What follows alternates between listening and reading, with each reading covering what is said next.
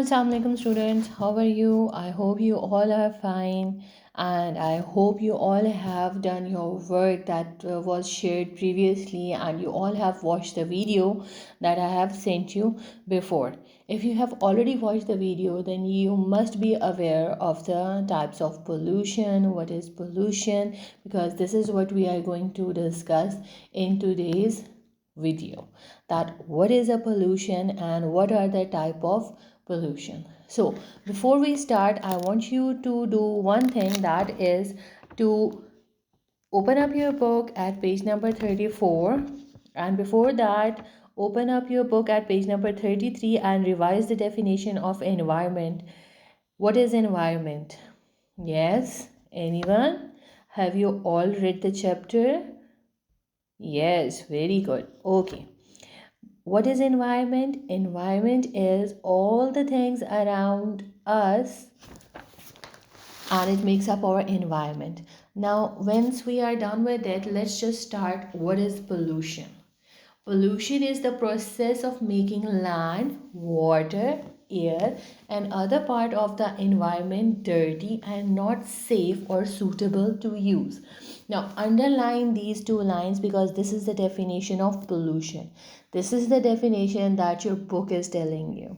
It's a little difficult to learn, I know, or you can write this definition in your book with pencil, that is, pollution is the process of making environment dirty. Now, why I'm saying only environment? Because I just told you what is environment. We have just revised the definition of the environment. Everything around us is our environment. So it includes water, land, air, and other parts. So instead of writing them separately, we can just write environment. Even that is correct. Now, pollution is the process of making land, water, air, and other part of dirty. But how are we making it dirty? Though it's not a good thing to pollute the things, but yet we are here doing that. There are four main types of pollution: land pollution, air pollution, water pollution, and noise pollution. You can see in your box on page number 34, land pollution is how we are making our land dirty. We are making it dirty by throwing garbage carelessly on the roads. When we are eating something in the car, what do? We just scroll down the window and we throw the wrappers outside. What are we doing? We are making our land dirty. Do we do the same thing in our houses? Do you? No, no. Then why we are making our land, our surrounding, our city, our area dirty? We just don't care. We are not taking its responsibility, and that's not a very good thing to do. We should be careful and we should be responsible for our area, for our street area, then perhaps city, and then our country. If we take responsibility of our street and then area, just like this, if we are going to expand the area, we are going to be become we soon we are going to become a very clean country, but we are not doing it. We are throwing garbage here and there carelessly, and it's not only creating problem for us or children, but also for the animals, for the birds, like we have discussed in the previous video. Then comes the air pollution. Air pollution is the biggest problem that we are facing right now, and because of this air pollution, we are sitting at home making video for you and you are listening to it. Because what is the problem that we are facing right now? Yes, anyone? Yes, smoke is the biggest problem right now. And what is smoke? Smoke is actually a type of air pollution. Now I have just given you a very brief introduction of smoke in the previous video. Let's just discuss it. What is a smoke? Smoke is actually a mixture of smoke and fog. It's a mixture of smoke and fog. That's how it has become smoke. It's not a very recent concept. This was first introduced in 1900s, and Pakistan is not the only country that is facing this problem right now. It was faced by many developed countries long before, when industries were becoming very common and people were installing more and more industries. That's how this problem actually originated. So what is smoke? How is it being produced? What is creating this? Now one theory is that it is being created by burning the crops. The Indian farmers, they are burning the crops, and the wind, because its direction is towards Pakistan, so it's becoming the harmful chemicals that are produced by burning those crops are entering into our country. Okay, and Lahore is the most affected area, but now it's spreading, even in Multan and other cities. And the second theory is it that the winds that are coming from India, they are only, you know they have only 11% effect in the smoke. But what about the rest of the percentage? What about the rest of the thing? It is being produced by smoke that is produced by your industries, by your vehicles. And this is not just taking place in 1 or 2 months. It's a long process. It has been accumulated from long before October, November, and so on. It have become dense in November and October when the winter start, because it becomes heavier and it comes down because it condense. I hope you are familiar with the word condense. Okay, now we are facing this problem, and air has become so polluted that we are forced to stay inside our houses and forced to wear masks. So you must make sure that you all wear mask when you leave your home, because air outside is not very healthy. Now second thing is water, third thing is water pollution. Water pollution again, like we are throwing garbage here on land here and there carelessly, similarly we are throwing garbage in water. We are dumping our garbage in the water, and especially industries, when they are done making the product, they release their waste into the water. As a result, the chemicals, harmful chemicals, they are mixing in the water. They are not only harmful for animals that are living in the water, but also animals on the land, because they drink water from those sources and they are dying, and then we are eating those animals. And so eventually this is a big chain. It has a harmful effect on land animals and on us.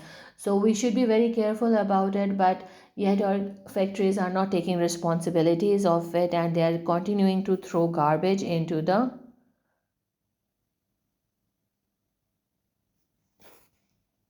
in they are throwing garbage in the water.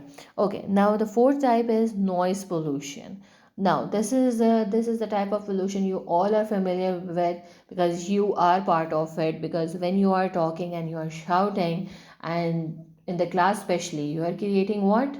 Noise pollution. And it's not a very healthy thing, because it is harmful for your ear, for your brain. There are certain people who cannot tolerate the loud voices, and they are there with you in the class, and because you people just don't listen, they get affected by it. And anyways, that's not just for them but for us. We are contributing, not only in the by shouting in the class, but when we are giving horn so loud, when we are shouting loud music, this all is contributing into the noise pollution. Okay, these are the types of pollution that we are facing nowadays. Now let's move on to the next topic, that is, what is our resource? Now, eyes on your books, boys and girls. Our earth, our mother earth has been blessed with natural resources in abundance. Underline the word abundance. That is plenty, very too much. ठीक है. However, if we continue using the resources carelessly, we will eventually exhaust all the earth's resources. We need to be careful while using natural resources. Now, I have given you a brief idea of this, that though we are blessed with many natural resources, this earth is giving us many things that we need to survive. But if we are going to use them carelessly, eventually we are going to run out of them. If we have coal, if we are not going to move to the alternate ways of producing energy, and if we are continuing to use the coal, what is going to happen eventually? We will run out of the coal, it is going to finish.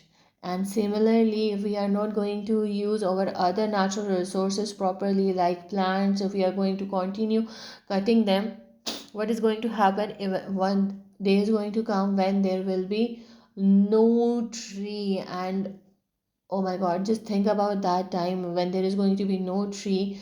This means no oxygen, and then the temperature is going to be so high that it won't be tolerable at all. Just imagine how hot it is during summers, even now when we have some plants, though we have cut majority of the trees, and we are not replacing the trees that we are cutting. This means that we are cutting more trees than we are planting. So the purpose of telling you this is that we need to be very careful with the natural resources. Just think about the water. When you once you are using when you are taking bath, or you are brushing your teeth, we need to turn off the tap, but we don't do that. And what is going to happen if we are not going to use this water, the natural resource? We are not going to treat it properly, we are going to run out of it one day. So we need to be very careful with the natural resources. Okay, moving on to the next page, that is page number 35. Let's start discussing protecting natural resources. Since we have limited natural resources, so we need to find ways to protect them and make sure that we have them when we need them. So the number one is, we should try to save our natural resources as much as possible. Just right now I have told you this. For example, bicycle or a short walk instead of using vehicles. So instead of going on a car, on your bike, try to go on a bicycle, or if you have to go nearby, not very far, you can even walk there. So what we are doing, we are decreasing the water pollution, air pollution, plus we are limiting the use of fuel that we need to run our car and our bike.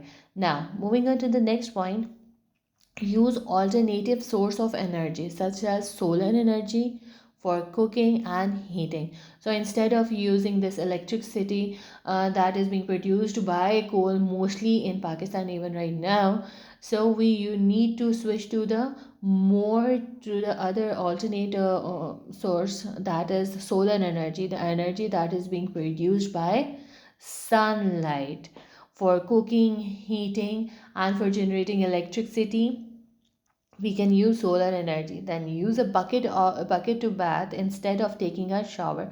So I'm sorry, instead of taking a shower, we what we need to do is to save water. We can fill the bucket once and then use that water to take a bath, instead of using unlimited water that even we are not using when we are shampoo, we are doing shampoo and we are putting on soap.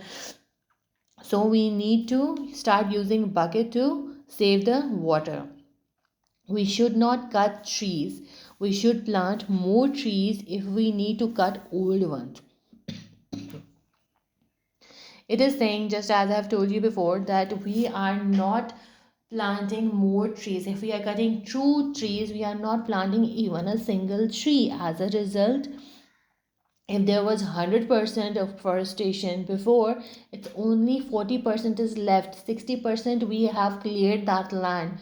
So that's the problem we are facing right now, due to which we are facing global warming, we are facing so high temperature, the smoke problem, everything is related to one another. So what we should do is, if we need trees to be cut down, if we are cutting two trees, at least we need to plant two, if not two, then at least one tree, so that it can replace the trees that we are cutting. Only then we'll be able to save our natural resources. So we need to be very careful, and we cannot just depend upon government or our elders to do this. We being children, you being children, can take part in this, and you people can play a very important part in this. Think about it, take a moment how you can save energy.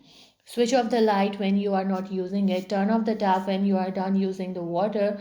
Okay, and then how you can save it, you can will play important part in reducing the pollution, all type of pollution. So you just, now that you know, you are aware of this and you are aware of the ways how you can preserve the natural resources. So I want you all to explain this to your other siblings, your elders, and discuss how you can preserve or save the natural resources. That's all for today. Now let's move on to the written work. I'm going to share a video with you on how we can save natural resources. I want you all to watch it carefully and then write down the ways we can use to save our natural resources. And then you need to do question number 2, 3, 4, and here is an extra question that is related to smoke. Since we are facing this issue so much these days, and I have tried to explain it as much as I can at your level, I want you to write what is smoke and at least 3 ways using which we can reduce the smoke. Am I clear? Okay, boys and girls, I'll see you in the next video. Till then, take care. Allah Hafiz.